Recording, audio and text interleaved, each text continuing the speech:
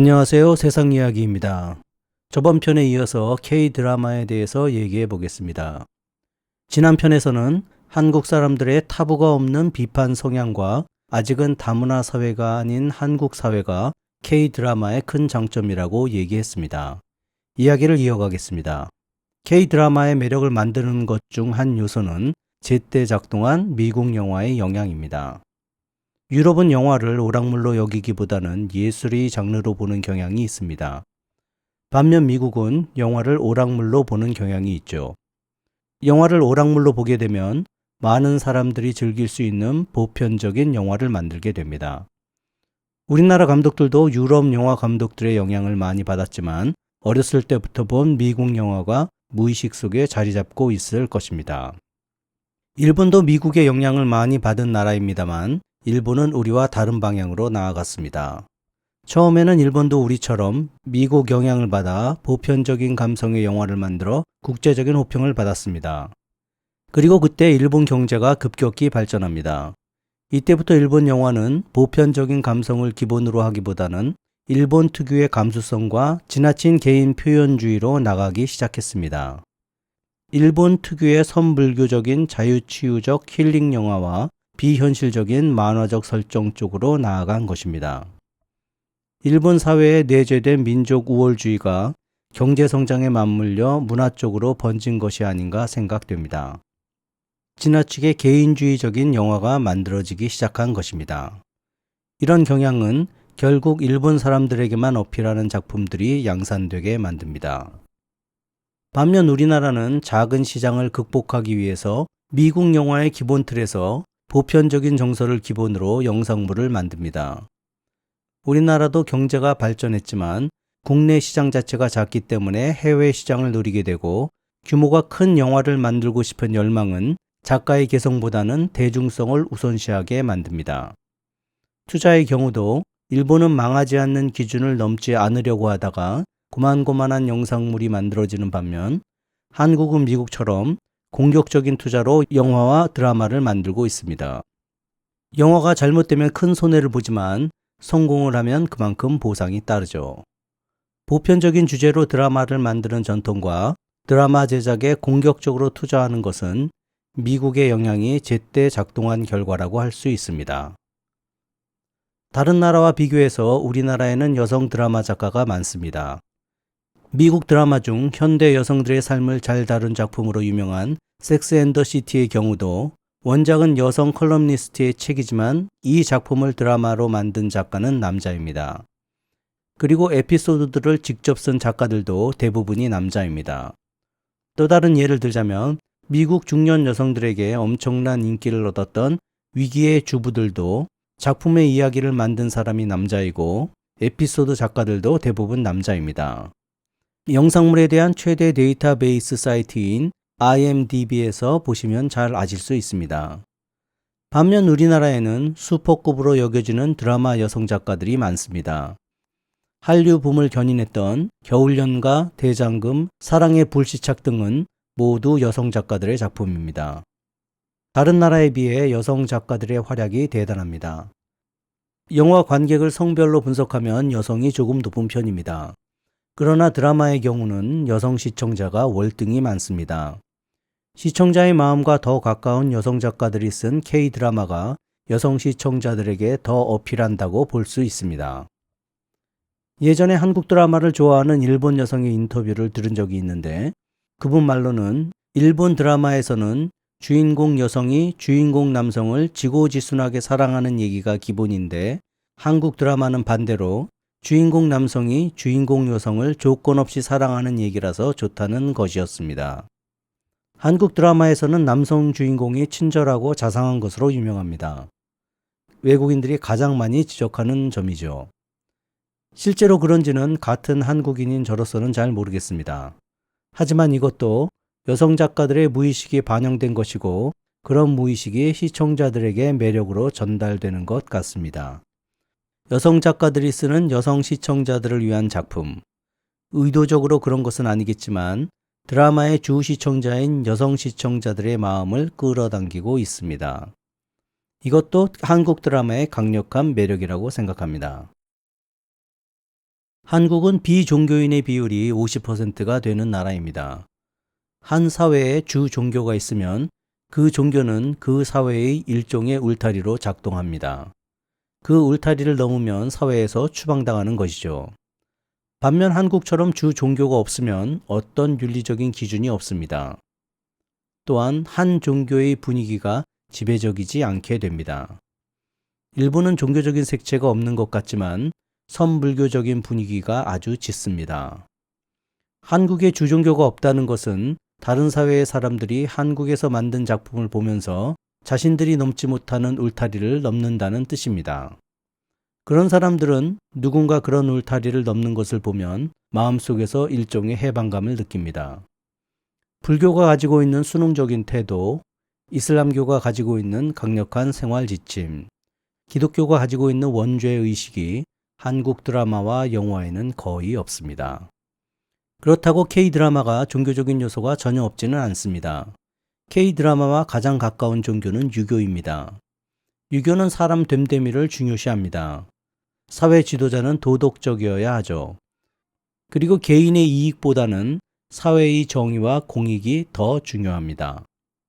한국 드라마의 가장 기본적인 구성은 권선징악입니다.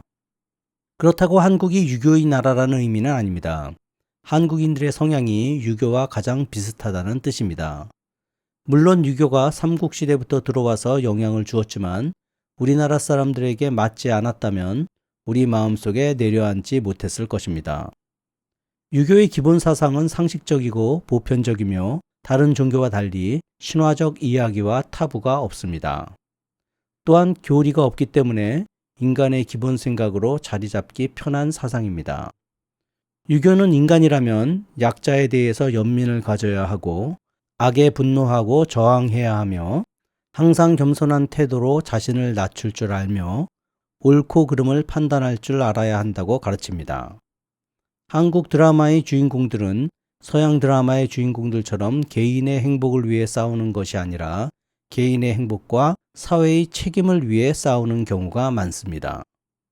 한국 드라마는 다양한 종교가 있지만 비종교인이 더 많은 한국 사회에서 만들어졌습니다. 그래서 특정 종교의 가치관에 매몰되지 않고 더 보편적인 가치를 보여줄 수 있게 되었습니다. 한국은 아마 가장 다양한 영화를 만드는 나라 중 하나일 것입니다. SF 영화에서부터 마구 사람을 죽이는 슬래셔 영화, 관객들이 거의 안 보지만 아주 개인적인 예술 영화, 소수 관객이 즐기는 장르까지 다양한 영화를 만들어내고 있습니다. 나라의 규모에 비해서 거의 모든 장르를 만들어냅니다. 이런 경향은 한국이 다양한 문화를 받아들이는 개방적인 태도를 가지고 있기 때문입니다. 다양한 문화를 받아들이는 성향은 아주 오래된 성향입니다. 거의 한국인들의 본성이라고 할 수 있습니다. 영화나 음악은 물론이고 음식이나 패션에서도 외부 영향에 대단히 개방적입니다. 또한 나쁜 문화들도 아주 빠르게 받아들입니다. 그리고 우리에게 맞는 것은 우리 사회에 맞게 변형시키고 안 맞는 것은 빠르게 버립니다. 속도가 아주 빠릅니다. 속도가 빠른 만큼 받아들이는 양도 많습니다. 영상 분야를 보면 유럽 영화는 문학적이고 예술적인 반면 교양인들을 위한 영화를 만들어내고 약간은 엘리트적입니다. 유럽 대중들의 어려움이나 사회적 불의에 대해서는 생각보다 적은 영화가 만들어집니다. 미국 영화는 대중적이고 이야기가 재미있지만 대중의 수준을 낮게 보는 성향이 있습니다. 저급한 수준의 영화도 미국에서는 엄청난 흥행 수입을 올립니다. 미국의 우월주의를 노골적으로 드러내는 영화와 소수인들을 은연중에 비꼬는 가학적인 코미디가 많이 만들어집니다.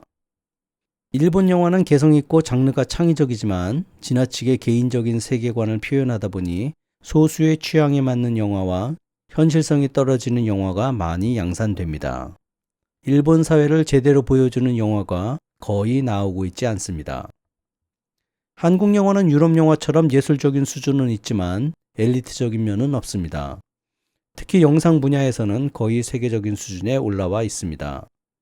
미국 영화처럼 대중적이고 이야기가 재미있지만 특정 소수인을 비꼬는 등의 저급한 표현은 거의 없습니다. 그랬다가는 가루가 되겠죠. 또한 일본 영화처럼 장르를 이용한 특정 취향의 영화를 만들면서도 대중적인 주제와 이야기는 계속 유지합니다. 대단히 중도적인 영화를 만든다고 할 수 있습니다. 이런 중도적인 균형을 잡을 수 있는 것은 다양한 국가의 영향을 수용하는 한국 사회의 개방적인 태도가 있기 때문입니다. 좋은 것은 무조건 가져오고 따라합니다. 그러면서 한쪽으로 치우치지는 않습니다. 우리나라는 다른 나라를 침략해서 정복한 역사가 없습니다. 서유럽, 미국, 일본처럼 다른 나라를 약탈하면서 민족이나 국가 우월주의를 즐긴 적이 없습니다. 그 나라들의 영화와 드라마에는 곳곳에서 은연중에 우월주의가 드러납니다. 그 나라들은 나이 든 분들이 항상 왕년의 얘기를 꺼내듯이 예전에 잘 나가던 그 시절을 잊을 수 없을 것입니다. 그러나 대부분의 나라는 우리나라처럼 침략을 당한 경험은 있어도 다른 나라를 침략 점령한 역사가 없습니다. 그런 면에서 우리나라 사람들의 기본 정서와 비슷합니다. 그렇기 때문에 K-드라마에는 침략자들의 우월주의가 거의 없습니다. 도리어 그런 권위에 도전하려는 성향이 강하게 들어 있습니다. 서양 문학의 기본 구성은 사회를 지배하는 권위가 있고 그것에 도전하는 개인이 있고 결국 개인은 파멸합니다. 그게 비극의 기본 구성입니다. 서양과 서양의 동양 보전인 일본에는 이와 비슷한 무의식이 존재합니다. 반면 한국은 사회를 지배했던 권위가 엉망이어서 나라 자체를 빼앗긴 경험이 있기에 특정 세력에 의하여 유지되는 권위에 상당히 저항적입니다.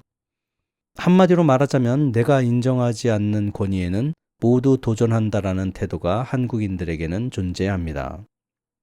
그런 기본 성향에서 만들어진 K-드라마는 대부분 나라의 일반 사람들에게 그리고 자신을 찍어 누르는 권위의 불편함을 느끼는 사람들에게 매력으로 보일 것입니다. K-드라마는 한국인들의 기본 성향과 그 성향을 만든 사회로부터 탄생한 작품들입니다. 지금까지 두 편에 걸쳐서 K-드라마가 인기 있는 이유를 나름대로 분석해 봤습니다. K-드라마가 성장한 바탕인 우리 사회의 좋은 점들이 사라진다면 그때가 K-드라마가 세계적인 인기를 잃는 때일 것입니다. 그런 때가 오지 않기를 기원해 봅니다. 그리고 그런 때가 오지 않을 거라고 생각합니다. 한국인들의 기본 성향은 바뀌지 않을 테니까요. 세상 이야기였습니다. 다음에 또 뵙겠습니다.